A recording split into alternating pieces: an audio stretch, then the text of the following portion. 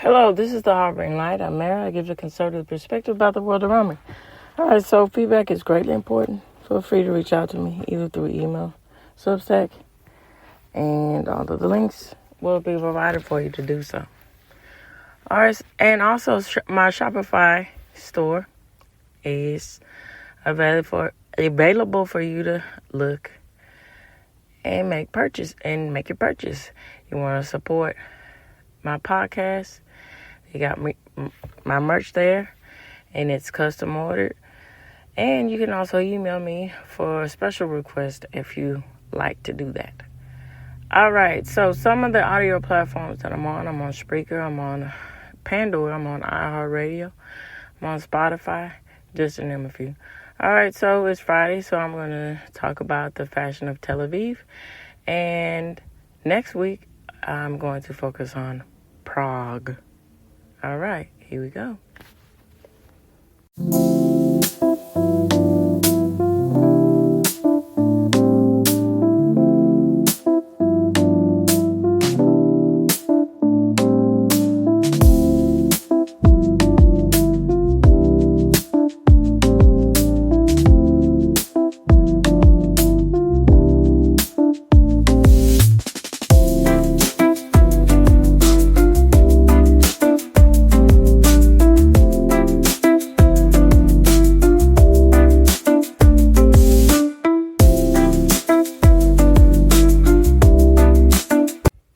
So it's quite interesting with Tel Aviv, and it is considered one of the most metropolitan aspects of Israel.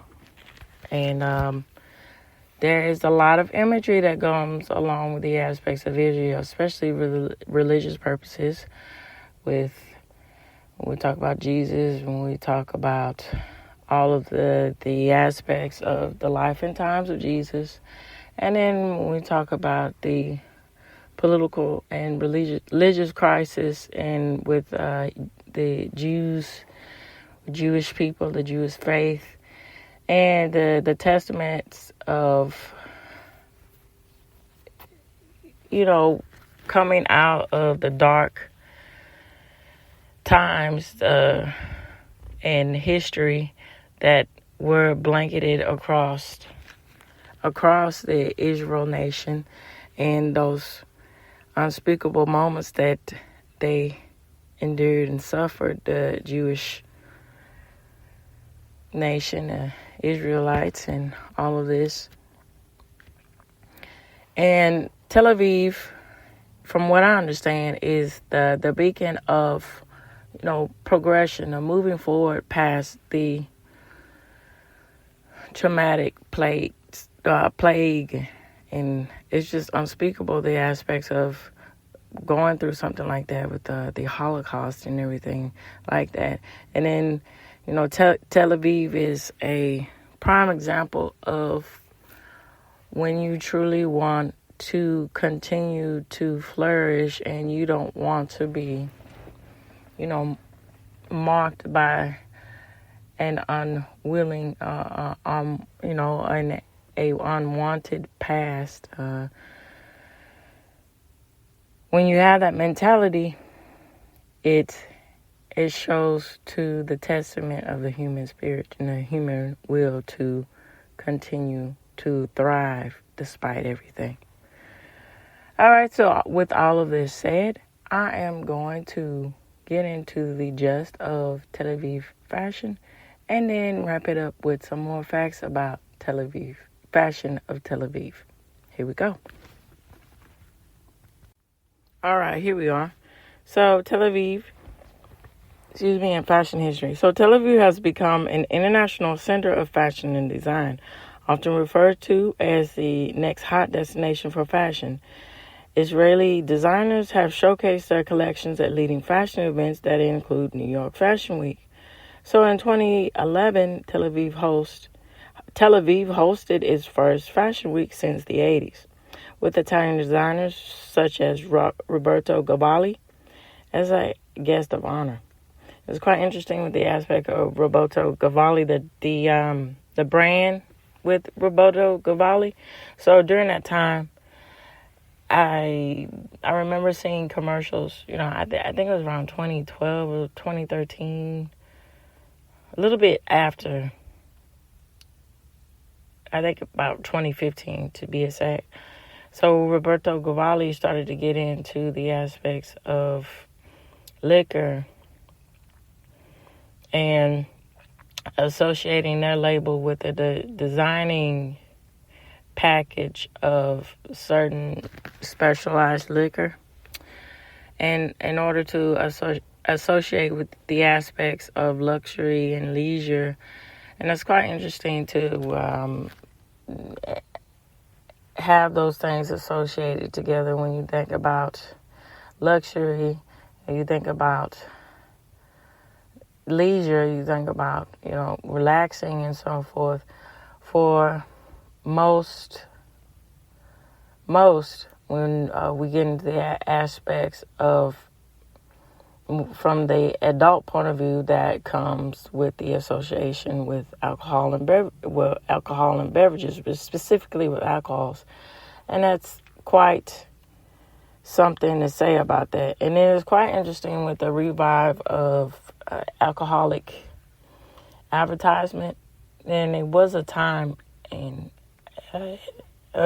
point where that wasn't in best interest for companies to get in the business of advertising alcohol, because it was seen as something that is very, very offensive, specifically when you talk about the aspects of promoting, when you get in the same aspect of cigarettes, and that's linked to the aspects of youth culture, youth associating themselves with sophistication with cigarettes, and the harsh, long history about that. And it's one of those things that you have to consider, too, with the aspects of American youth and all that associating themselves with, illegal, dangerous behavior, something that is suitable for adults to engage in. So it's one of those things. It brings me back to the aspects of, as I said in a previous podcast, about the cultivation theory. So this is a communication theory, and from the general sense of it, is all about the metaphor. You can take this as a metaphor if you want to, or a simile. Just like a seed, when you plant it into the ground, it lays its root and it cultivates into the earth, and it grows and develops into something. And so the whole notion is that if you, specifically a young person, a child, and so forth, going and then get into the later stages of their childhood, when you get into adolescence and so forth, when they repeatedly see certain imagery and it is idealized and is normalized, that they will think that it's fine to act in those, engage in those behaviors, that when they're not in the suitable age to do so. So that's something to be said about that. And it's something to say that, you got to give credit where credit is due. A lot of things that has to do with the aspects of the default of youth, and the youth and culture, has to do with, you should put more faith in the family, put more faith in the child, and the child seeing and making decisions for themselves too, deciding what to do, and that has a lot to do with the parental figure. It's great when they have wonderful parents to teach and guide them, but this doesn't get talked about a lot. A lot of times the children make decisions despite their parents, if their parents are not for the negative side of this, if their parents are not involved in their child's life and they see the downfall, what can happen if you are engaging in inappropriate activities and the child deciding for themselves they don't want that for their life, that'll cultivate in their mind and flourish to have them make the sort of decisions that they take and take the right kind of path that they want to take or not want to take in their adulthood. And then vice versa, if you have really good parents and the child wants to rebel because it's one of those things, you got to find a balance within everything. That's my point that I'm getting into by saying all these things. All right, so here we go. Let me going to finish up everything with the AI-generated version of Tel Aviv fashion. The city's fashion scene has a rich history dating back to the 1930s with the founding of ATA Textile Factory in Kfar Alta by Erich Moller, a Jewish industrialist from Czechoslovakia. ATA specialized in work, clothes, and uniforms, reflecting the Zionist and socialist ideology of the time. So in the 1960s, Israel's fashion designer Lola Bear Ebner designed a line of fashionable dress and bright clothing for ATA. And that's quite interesting with the aspects of deciding to take a new... now, I'm just talking from my point of view here. Feel free to chime in if you want to. If you want to do so, and those links will be provided for you to contact me. So again, as I said in a previous podcast, if you specifically with a socialist, and then get into communists and all these kind of ideas, when you don't have the aspects of mentality of progression that halters the flourishment of the culture. And it's quite interesting with Lola Bear deciding to jump in and bring in bright colors, because I'm sure this was the decision that, drab colors, that's not very, attractive towards people. And they feel, like it's utilitarian. Not a lot of people all the time want to be in that state of something generic, something bland. They, want something different or, something individualistic. And I think that was the mentality of doing that, of trying to change the image of what was placed previously from the ATA business or textile factory. So in the early years of state, Ruth Dan, wife of Moshe Dan, found Muscat, a fashion and decorative art house that helped to create jobs for new immigrants while preserving the Jewish authentic crafts of various communities living in Israel. Muscat closed in 1994 but was revived in 2013 and participated in Moscow's Mercedes-Benz Fashion Week that year. Tel Aviv's fashion industry has gained international recognition, with Israel designers like Alon Levin being worn by celebrities such as Beyonce and Lady Gaga. The city's Fashion Week events continue to attract international attention, with the 2022 Corinth Fashion Week Tel Aviv featuring a diverse array of designers and focusing on sustainability and technology. So ATA, founded in 1934, the textile factory was of the time is refraining to that and the foundation of that, and then going back all the way on to what was stated about more contemporary fashions as Alon Levin. All right, here we go. I'm going to get into more aspects about the style of Tel Aviv. All right, so let me go here. Okay, let's see. I had it. Let me pull it up this way. Okay, bear with me.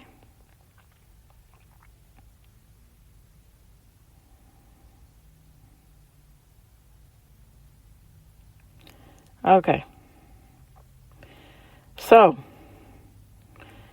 this link will be provided for you in this episode, and I'm going to run down some well-renowned fashion designers of Tel Aviv. So, Doran Frankfurt, designed and produced locally. Doran Frankfurt is surely one of Israel's leading fashion designers who has been making women's apparel since 1983.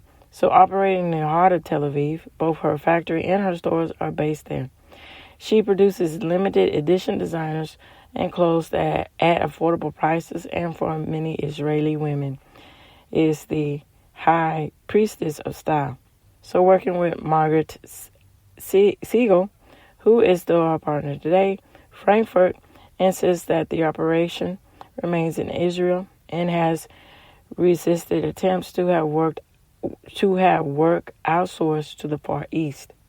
She employs many skilled local women and looks upon her business as a responsibility to others as well as money-making venture. It's a money-making venture. Doran Frankfurt design pieces are very elegant, incredibly so, but also sustainable. She believes that clothes should be made to last in your wardrobe and keep you happy for years. She is no fan of the cheap throwaway culture. Moving away from European styles, her garments have what she calls an Israeli style. And her first jeans and vintage clothing were actually named Austri. Since the 1980s, Israel had experienced a terrible recession. So in 1995, she launched a menswear line. And over the years, she has designed outfits for the theater and ballet. Recently, she has been joined in the business by her daughter. Doran Frankfurt's flagship store in Tel Aviv is an institute, and her clothings collected into the wardrobe of dedicated followers, not just in Israel, but also in England, Norway, and New Zealand, and even the U.S. and South Africa. So the mother and daughter team still believe in the original aim to create quality Israeli fashion items produced locally rather than outsource them for cheap labor markets abroad. That's quite interesting to have that aspect. That's wonderful. And I'm going to continue out with some